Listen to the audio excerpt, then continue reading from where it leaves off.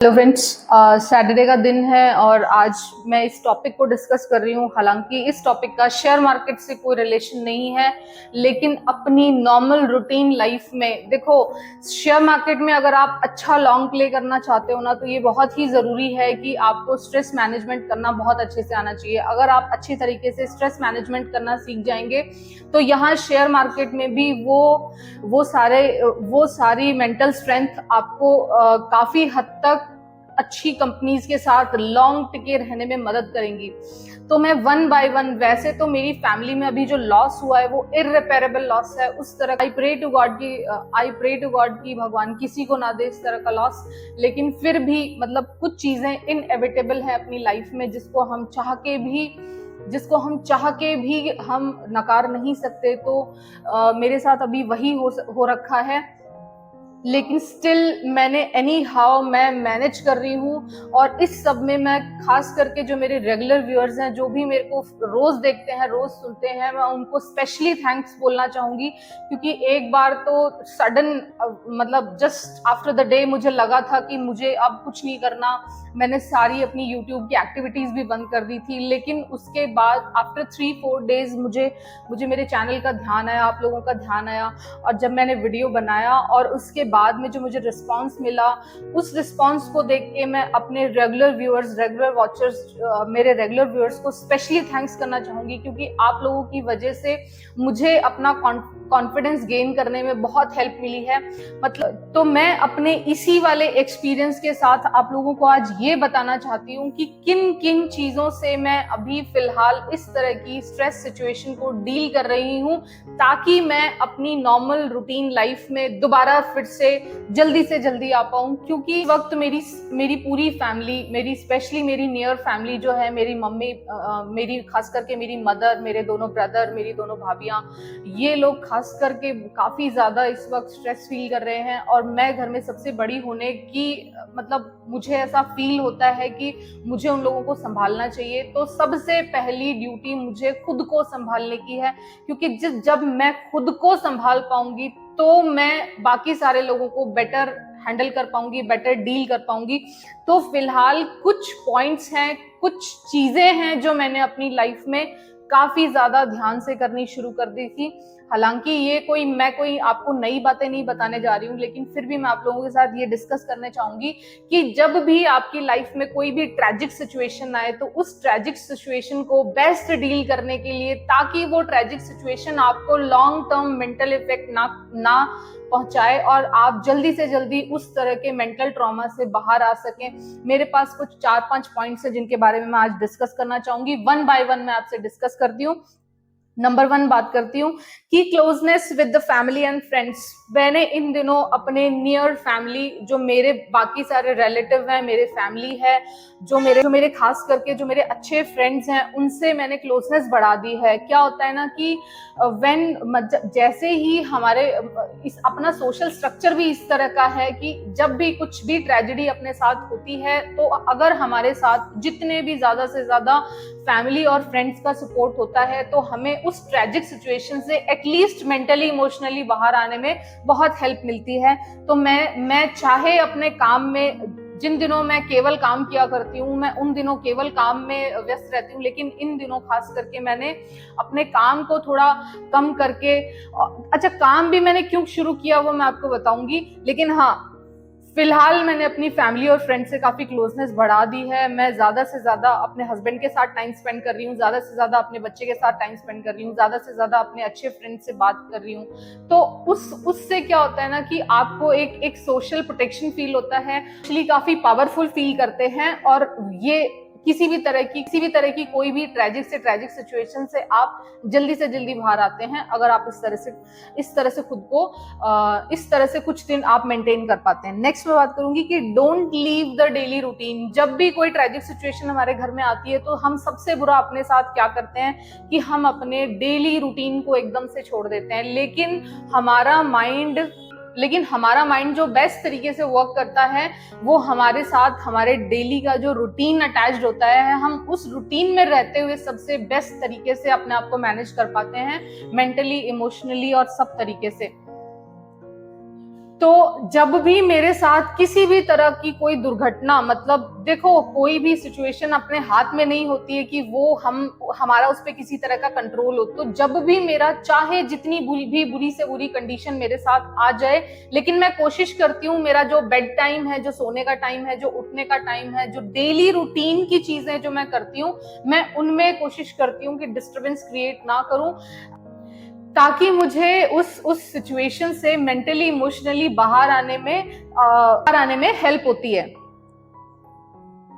Next मैं बात करूंगी कि मैं जितना भी एक्सरसाइज रूटीन मेरा डेली का रहता है वो इन दिनों मैंने बढ़ा दी है, क्योंकि exercise is the best way to exercise is the best way to body में कुछ हैप्पी हार्मोन्स हैं, जिसमें कि सबसे बड़ा हैप्पी हार्मोन जिसको कहते हैं कि सेरोटोनिन को अगर आप अपने बॉडी सेरोटोनिन लेवल्स अगर आप अपने बॉडी में हाई रखते हैं तो पूरी पॉसिबिलिटी है कि आप अपने बॉडी में जो सैडनेस वाले केमिकल्स हैं लाइक कार्टिसोल और एड्रेनलिन, आप उन वाले हार्मोन्स के साथ बेटर मैनेज कर पाएंगे अगर आप किसी भी तरीके से आप अपना सेरोटोनिन लेवल हाई रखते हैं। और एक्सरसाइज इज दी बेस्ट वे जिससे कि आपका सेरोटोनिन लेवल हाईएस्ट रहता है। और सबसे बड़ी बात कि अगर आप अपने सेरोटोनिन लेवल्स को हाई रखते हैं ना, तो वो हाई सेरोटोनिन लेवल से मेलेटोनिन हार्मोन्स बनेंगे, और वो मेलेटोनिन हार्मोन्स जो आपको एक गुड स्लीप, एक अच्छी स्लीप देंगे रात में। और ये अगर आप कर पाते हैं किसी भी तरह से, ये एक पूरा सर्किल है। अगर आपके सेरोटोनिन लेवल्स हाई हैं तो आपको एक अच्छी स्लीप आएगी, तो आपका माइंड ज्यादा से ज्यादा रिलैक्स रहेगा, ज्यादा से ज्यादा प्रेजेंट में रहेगा। अक्सर ये देखा है कि हम किसी भी सिचुएशन को जितना रिलैक्स होके फेस करते हैं, हम उस बुरी से बुरी सिचुएशन से उतना इजीली बाहर आ जाते हैं। ये मैंने कई बार नोटिस किया है, ये मैंने अपने लाइफ में कई बार इस चीज को इम्प्लीमेंट किया है। और अगेन मैं इस टाइम पे भी सेम चीजें फॉलो कर रही हूँ। एक्सरसाइज के लेवल्स बढ़ा दिए हैं, मैं जितना एक्सरसाइज पहले करती थी मैं उससे ज्यादा टाइम जिम में बिताने लगी हूँ, या फिर घर पे भी हूँ तो मैं घर पे भी थोड़ा सा कंपैरेटिव ज्यादा एक्सरसाइज करने की कोशिश। स्टार्टिंग में तो 4-5 दिन मेरी एक्सरसाइज बिल्कुल छूट गई थी, लेकिन तुरंत मैंने फील किया कि मुझे कुछ बैड फील्स होने लग गए हैं, तो मुझे तुरंत ध्यान आया इन सारी चीजों का कि मुझे फिर से अपने उस डेली रूटीन पे आना पड़ेगा, ताकि मेरे माइंड पे वो चीजें हावी ना हो पाए। और मैंने खुद को इस तरह की सिचुएशन में बेस्ट मैनेज करने के लिए अपने एक्सरसाइज रूटीन्स बढ़ा दिए हैं। नेक्स्ट मैं बात अपने डाइट को बहुत स्पेशली मॉनिटर करना शुरू कर दिया है। जो भी डाइट आजकल, जो भी फूड इनटेक में ले रही हूँ, मैं कोशिश करती हूँ उसमें मैक्सिमम न्यूट्रिशन लेने की, और वो भी मैक्सिमम न्यूट्रिशन प्लांट बेस्ड या फिर खास करके मिल्क बेस्ड प्रोडक्ट्स लेने शुरू कर दिए हैं काफी ज्यादा मात्रा में। जो मैं पहले लिया करती थी उससे एकदम जस्ट 2 टाइम्स मैंने चीजें कर दी हैं। ये सारी चीजें करने से अगेन मतलब कि ये जो सेरोटोनिन है, जो हैप्पी हार्मोन है, जो अपनी स्लीप के लिए रिस्पॉन्सिबल है, इस हार्मोन का भी सीधा रिलेशन एक अच्छी डाइट से। अगर आप अच्छी डाइट लेते हैं, अपने खाने में फ्रूट्स वेजिटेबल्स लेते हैं प्रॉपर, मिल्क लेते हैं प्रॉपर, तो आपके बॉडी में सेरोटोनिन लेवल हाई रहेंगे, और आपको अपने स्ट्रेस हार्मोन्स, एंजाइटी हार्मोन्स से काउंटर करने में काफी हेल्प मिलेगी।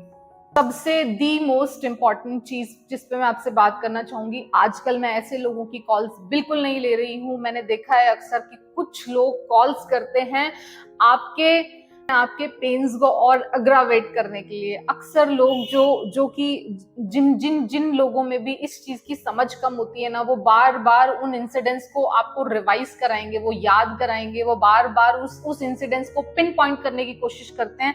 लेकिन वो ये नहीं समझते कि इस तरह की बातें करने से जब हम किसी भी, जैसे कोई भी पर्सन किसी चीज से परेशान है और आप उस पर्सन से उसी परेशानी के बारे में अगर बात करोगे, तो मैक्सिमम प्रोबेबिलिटी बन जाती है कि वो पर्सन आपके बात करने से बजाय रिलैक्स होने के और ज्यादा एंजाइटी फील करेगा और ज्यादा परेशानी फील करेगा। तो इसलिए उस तरह के नेगेटिव थॉट्स मेरे तक पहुंचे ही ना या डेवलप ही ना हो, मैंने एक और चीज इन दिनों में स्टार्ट की है। क्योंकि मैंने देखा है कि कुछ लोगों की कॉल्स लेने के बाद में मैं थोड़ा ज्यादा एंग्शियस फील करती हूँ, ज्यादा ट्रेजिक मुझे फील होता है। लेकिन अब जब से मैंने इस तरह के लोगों की कॉल्स लेनी बंद की है कि जिनसे मुझे फील होता है कि ये इस कॉल से मुझे ज़्यादा परेशानी हो सकती है, या तो मैं उनकी कॉल्स लेते के साथ उनको बोल देती हूँ कि I don't want to talk on this topic. मतलब मैं उनको कोशिश करती हूँ डाइवर्ट करने की, ताकि वो मेरी जो फीलिंग्स हैं, जो मेरे लिए इस वक्त प्रॉब्लमेटिक हैं, वो अग्रावेट ना हो। तो समझ बहुत ही कम होती है उन्हें। यूजुअली वो जो जाने अनजाने उन चीज़ों को पिन पॉइंट करके पूछने की कोशिश करते हैं, लेकिन इस तरह की चीज़ें आपको और ज़्यादा परेशानी में डालती हैं।